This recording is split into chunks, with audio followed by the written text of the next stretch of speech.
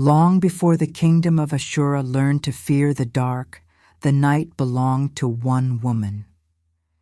Queen Zareen was born beneath a sky split by thunder, on a night when the moon hung low and crimson, as though watching the earth with warning eyes. The elders said such a birth marked a child chosen by forces older than crowns and thrones. From her earliest days, Zareen was different. While other children feared silence, she listened to it. In the quiet hours before dawn, she claimed the wind spoke her name. Her father, King Malik, ruled with strength but little mercy. He trained Zareen in secret, teaching her the language of war, the weight of leadership, and the cost of power. "A throne is not gold," he once told her. "It is a burden that burns."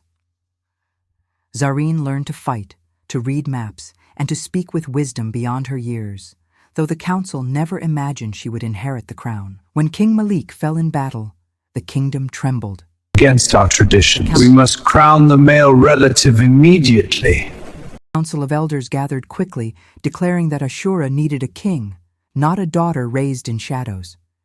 They planned to marry Zareen off and crown a distant cousin. But the people whispered, because strange things began to happen. Fires went out on their own. Drums sounded in empty courtyards, and every night a woman's silhouette was seen standing atop the palace walls, unmoving, watching the stars. On the day chosen for the new king's coronation, Queen Zareen appeared dressed not in silk, but in the black robes of the ancients. She walked past the guards and the elders without a word and stepped into the sacred circle of flame, a trial no ruler dared face. The fire rose high, swallowing her form, yet she emerged untouched, her eyes glowing like embers. The elders fell to their knees.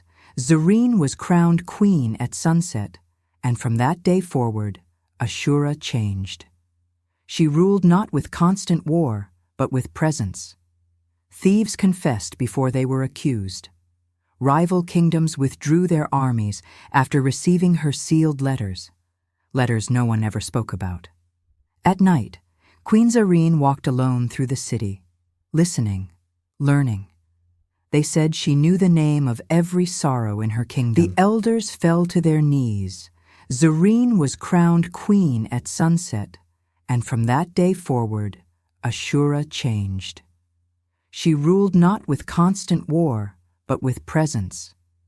Thieves confessed before they were accused. Rival kingdoms withdrew their armies after receiving her sealed letters no one ever spoke about. At night, Queen Zareen walked alone through the city, listening, learning. They said she knew the name of every sorrow in her kingdom. But peace is never eternal. A neighboring empire, threatened by her growing legend, sent assassins cloaked in darkness. None returned.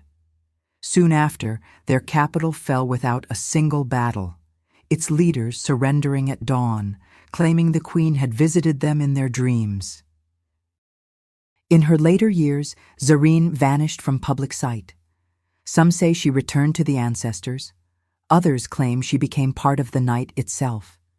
Yet even now, when the moon turns red and the wind grows still, mothers tell their children, "Be just, be brave, for the queen who rules the night is still watching."